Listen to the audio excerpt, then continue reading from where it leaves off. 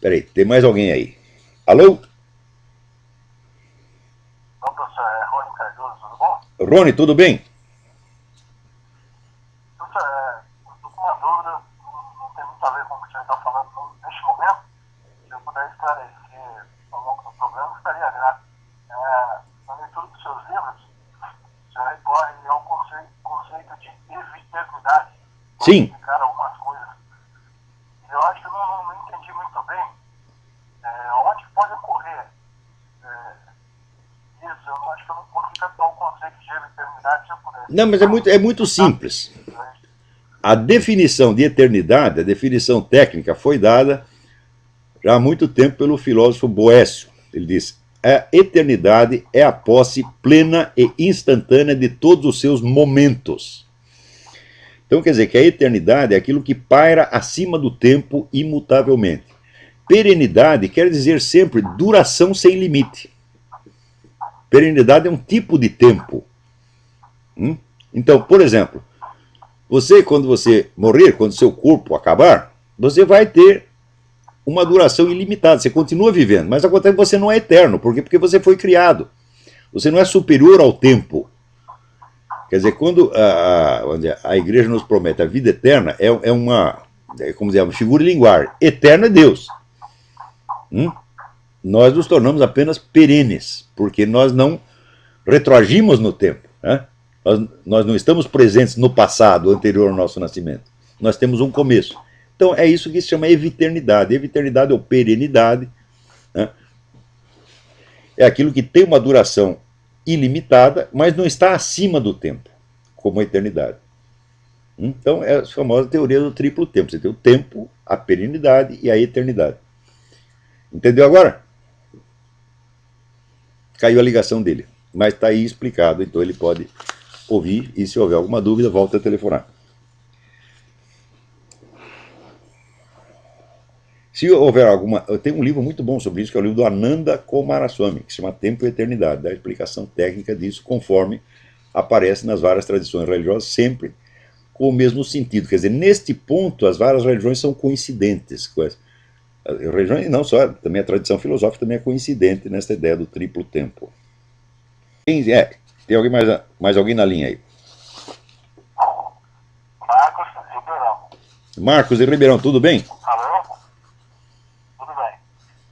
Olá, tem uma pergunta para o senhor de ordem religiosa. Deixa eu ver aqui. A existência de Deus está diretamente ligada à existência da alma? Ou é possível a existência de um sem o outro?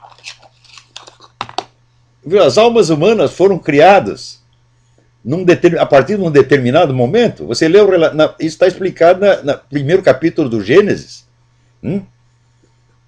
Deus é eterno e imutável, ele não depende da existência de nada. Se não existisse mais nada, ele ainda continuaria existindo. As almas humanas foram criadas num determinado tempo, e serão extintas no outro tempo. Quer dizer, elas são entidades eminentemente temporais e não eternas. Quer dizer, o círculo inteiro do tempo, né, o transcurso inteiro do tempo, comparado com a eternidade, é um pontinho no infinito. Não há comensurabilidade entre tempo e eternidade. E a existência das almas humanas é apenas uma coisa a mais que aconteceu no tempo. Agora, isso do ponto de vista objetivo. Do ponto de vista subjetivo, isso é, do conhecimento, nós só podemos chegar a conceber algo de Deus a partir do conhecimento da nossa própria alma. Mas isso é diferente. Aristóteles já distinguia entre a ordem do ser e a ordem do conhecer, e dizia que as duas coisas são inversas.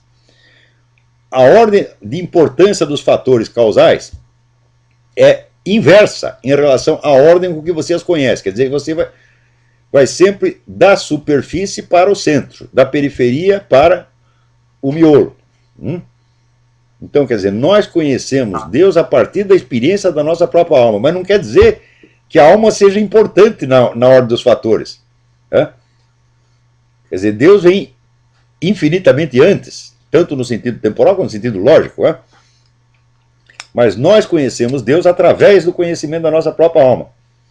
Isso aí o famoso oráculo de Delfos já dizia: conhece a ti mesmo primeiro. Por exemplo, eu duvido que uma pessoa que não tenha tomado seriamente consciência da sua própria imortalidade, né, possa entender alguma coisa do que a Bíblia está dizendo a respeito de Deus. Né? E o Miguel do Unamuno já perguntava assim, se não tivesse alma imortal, para que eu ia precisar de Deus? Né? Para eu morrer e parar de existir, não precisa de Deus nenhum. Mas isso se refere à ordem do conhecer, como dizia Aristóteles.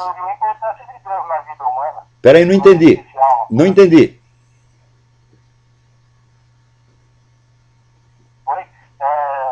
Diminuiria a importância de Deus na vida humana.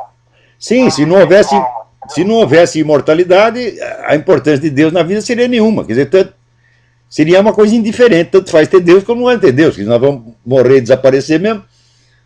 Então a imortalidade, o conhecimento da alma. Outra pergunta. A respeito de uns 3 ou 4 programas atrás, o senhor falou, citou um livro aí que eu não me lembro o nome agora, que o autor fala que a consciência não é causada pelo cérebro. Então, como é que explicaria uma lesão cerebral e a consciência da pessoa é afetada? Veja, consciência é uma coisa, é a operação de certas funções, como linguagem, raciocínio, etc., é outra, completamente diferente, é? Quer dizer, se fosse, isso quer dizer que uma lesão cerebral pode afetar o funcionamento da consciência às vezes, e em outros casos não afeta, mas se tem um caso em que não afeta, já está provado que uma coisa não depende da outra. Assim, como você pensar assim, o motor do seu carro depende do pneu? Não. Se furar os 4 pneus, o motor continua funcionando, mas você não vai andar. Consciência é a mesma coisa, consciência continua funcionando, mas não pode raciocinar, não pode relembrar as coisas direito, não pode ter autocontrole, etc, etc.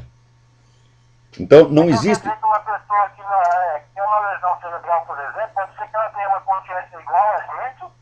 Sem dúvida, sem dúvida. Existem inúmeros casos de... Perfeitamente, perfeitamente. Existem inúmeros casos, não só de lesão cerebral. Se desencarnasse no caso, seria normal. Sim, sim, sim. Inclusive, vamos dizer, as pessoas que passaram por essas experiências de parada cardíaca, portanto, parada do funcionamento do cérebro depois de 10 segundos, né? E elas relatam que elas não só percebiam o que se passava no seu ambiente em volta, mas que elas naqueles momentos estavam muito mais conscientes do que estavam quando viviam no corpo. A consciência funcionava de uma maneira muito mais veloz e abrangente. O número de casos que tem isso é tão grande, que a simples hipótese de que a consciência seja produto do cérebro deve ser afastada de cara, in limine, quer dizer, não tem, é inviável. A alma como produto do cérebro é inviável, é uma estupidez, é uma lenda. Aliás, falando nisso, o nosso tempo, né, acabou. Então, até a semana que vem, muito obrigado.